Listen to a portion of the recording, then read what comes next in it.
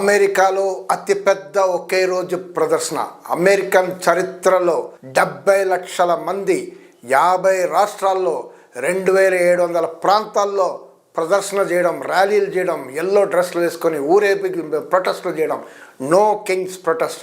ఇది అమెరికన్ చరిత్రలోనే ఒక మైలురాయిగా మిగిలిపోయింది. ఇది ఎప్పుడు జరిగింది? మొన్న శనివారం అక్టోబర్ 18న జరిగింది. ఇది no kings protest. No kings అంటే మాకు రాజ్యాలు వద్దు, రాజులు వద్దు, రాచరిక పరిపాలన వద్దు, నియంతృత్వం వద్దు అని మీనింగ్ అనమాట. అంటే America has no kings, power belongs to people. ఇది వాళ్ళ స్లోగన్. ఎక్స్పెక్టేషన్ కన్నా ఎక్కువ మంది పాల్గొన్నారు దీంట్లో. కుటుంబాలు, పిల్లలు, కార్నివల్ లాగా, ఫెస్టివల్ లాగా అందరూ మ్యూజిక్ ఇన్స్ట్రుమెంట్స్ అన్ని పట్టుకొని రోడ్డు మీద వచ్చేసారు ఆ రోజు మొత్తం ఇన్ని ప్రాంతాల్లో. ఇది ఒక దేశం వైడ్గా జరిగే ప్రొటెస్ట్లు. అంటే అమెరికాలో ట్రంప్ ఎన్నికైన తర్వాత 1 సంవత్సరం కూడా కాలేదు. జనవరిలో ఎన్నికయ్యాడు. జనవరిలో ఆయన ఆఫీస్ని తీసుకున్నాడు. అప్పటి నుంచి ఇప్పటి వరకు ఒక 9 మంత్స్లోనే ఆయన మీద ఈ రకంగా వ్యతిరేకత రావడం అనేది ఒకటి.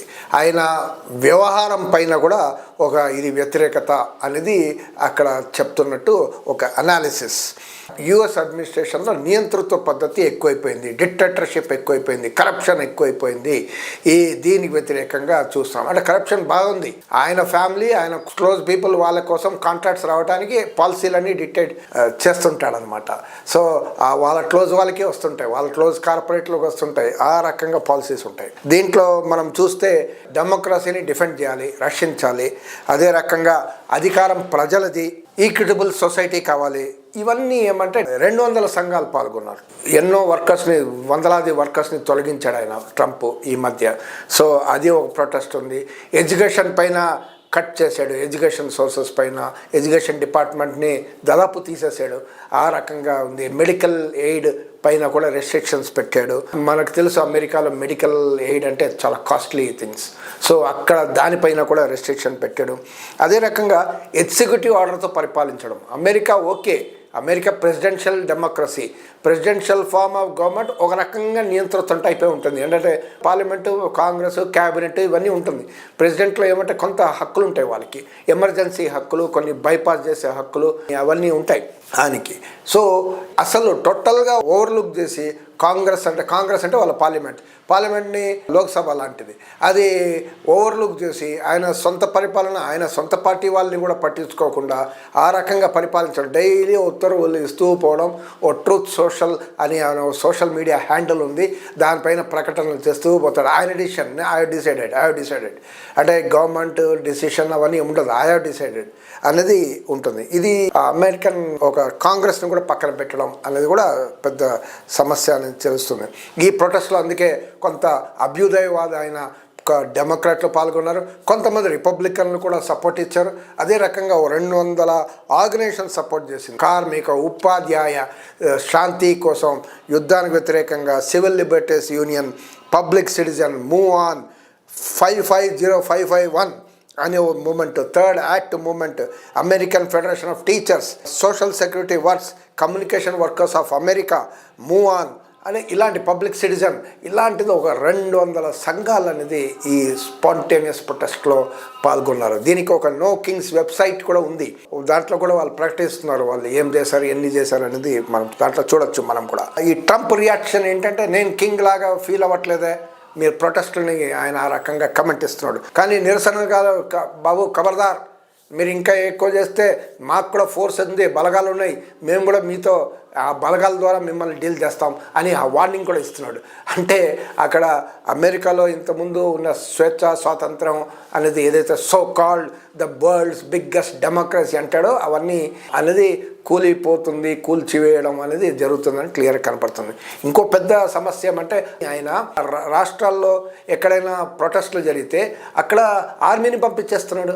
అసలు పోలీసులు వెళ్ళాలి అలాంటి ప్లేస్లో నిలబడటానికి, కానీ ఆర్మీని పంపించి ఆ రకంగా ప్రొటెస్టర్ని బెదిరించడానికి ప్రయత్నం చేస్తున్నాడు, యూనివర్సిటీస్ని బెదిరిస్తున్నాడు. మీ ఫండ్స్ కట్టిస్తాం, మీరు మాత్రం ఇలాంటి ఇండిపెండెంట్గా ఉండొద్దు, నేను ట్రంప్ చెప్పిందే వినాలి, లేకపోతే మీ యూనివర్సిటీస్ మీ బడ్జెట్ని కూడా ఖండిస్తాం. అట్లా హార్వర్డ్ ఇలాంటివి మనం చూస్తున్నాం, సంఘటనలు బాగా జరిగినాయి.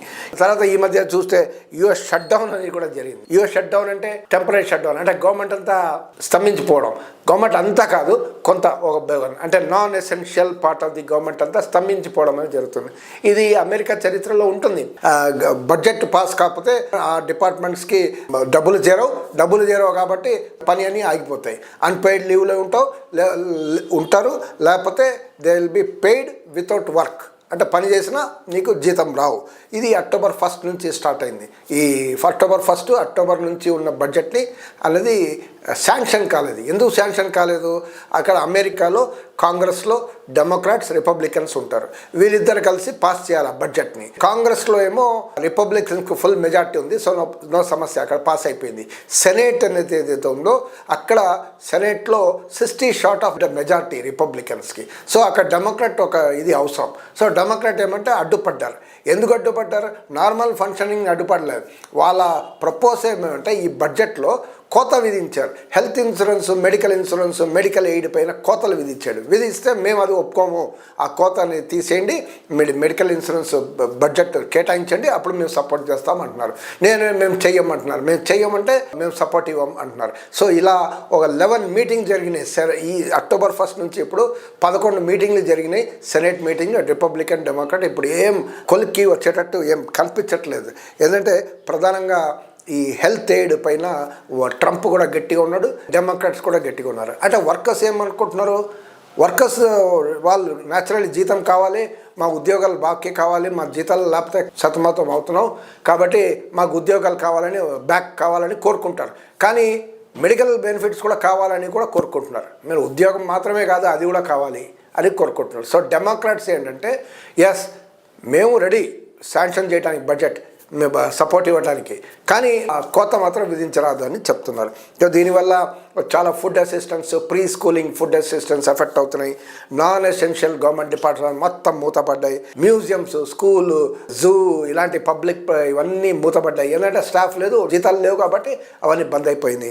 అదే రకంగా చాలా ఫ్లైట్స్ క్యాన్సిల్ అయినాయి. ఎందుకంటే ఎయిర్ ట్రాఫిక్ కంట్రోలర్స్ ఉన్నారు, వాళ్ళకి కూడా కొన్ని సమస్యలు రావడం వల్ల వాళ్ళ జీతాలు అవన్నీ రాకపోవడం వల్ల వాళ్ళు కూడా కొంతమంది వితౌట్ పే పని చేస్తున్నారు, కొంతమంది ఎస్ నా పేమెంట్ లేదు, నేను పని చేయట్లేదు, వాపస్ వచ్చేస్తున్నారు. సో వాపస్ రావడం వల్ల ఫ్లైట్లు కూడా క్యాన్సిల్ అవుతున్నాయి. సో నేషనల్ పార్క్స్ ఇవన్నీ బంద్ అయిపోయినాయి. సో ఇదే ఛాన్స్ అని ట్రంప్ ఏం చేశాడు, 4,000 ఉద్యోగాలని తీసిపారేశారు, అంటే రిటర్న్ చేశాడు. ఇదే ఛాన్స్. ఆయన ఏమంటే ఆయన కూడా ఒక మంచి అవకాశం అని చూస్తున్నాడు. ప్రభుత్వ డిపార్ట్మెంట్ అన్నింటినీ క్లోజ్ చేయడానికి ఇది మంచి ఛాన్స్ అని కూడా ఆయన కూడా చూస్తున్నాడు. సో ఇది ఎన్నాళ్ళు జరుగుతుంది అనేది ఒక క్లారిటీ లేదు అనేది మనకు కడుతున్నాయి.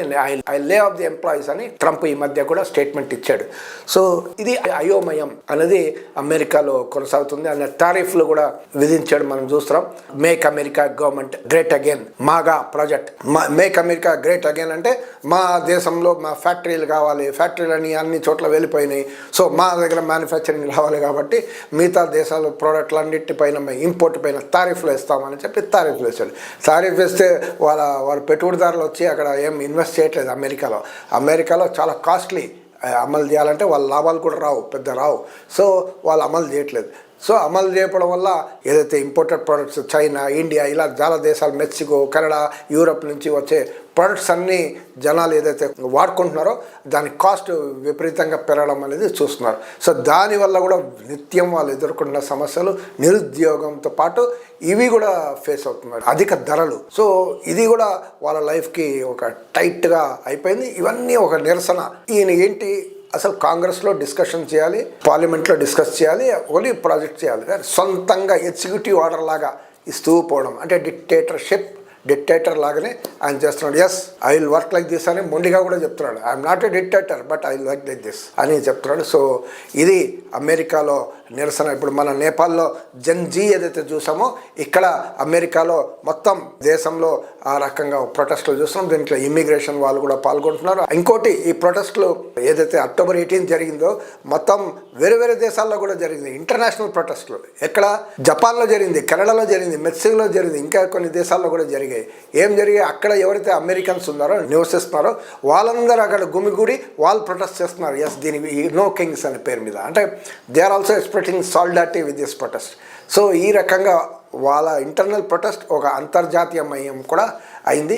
సో ఇది ఒక గొప్ప ప్రొటెస్ట్గా మనం చూడాలి, ఒక పెద్ద నిరసన ఉద్యమం. ఇది ఎలా వెళ్తుంది, ఏ దారిలో వెళ్తుంది, వాళ్ళ డిమాండ్స్ ఇంకా పర్టికులర్ క్లారిటీ ఏముంటుంది, ఈ ట్రంప్ వింటాడా లేదా, ఇంకా జనాలు వాళ్ళకి ఇంకా సపోర్ట్ ఇచ్చి 70 లక్షలు ఇంకో 7 కోట్ల మంది పాల్గొంటారా, ఇవన్నీ అని మనం ముందు చూడాలి.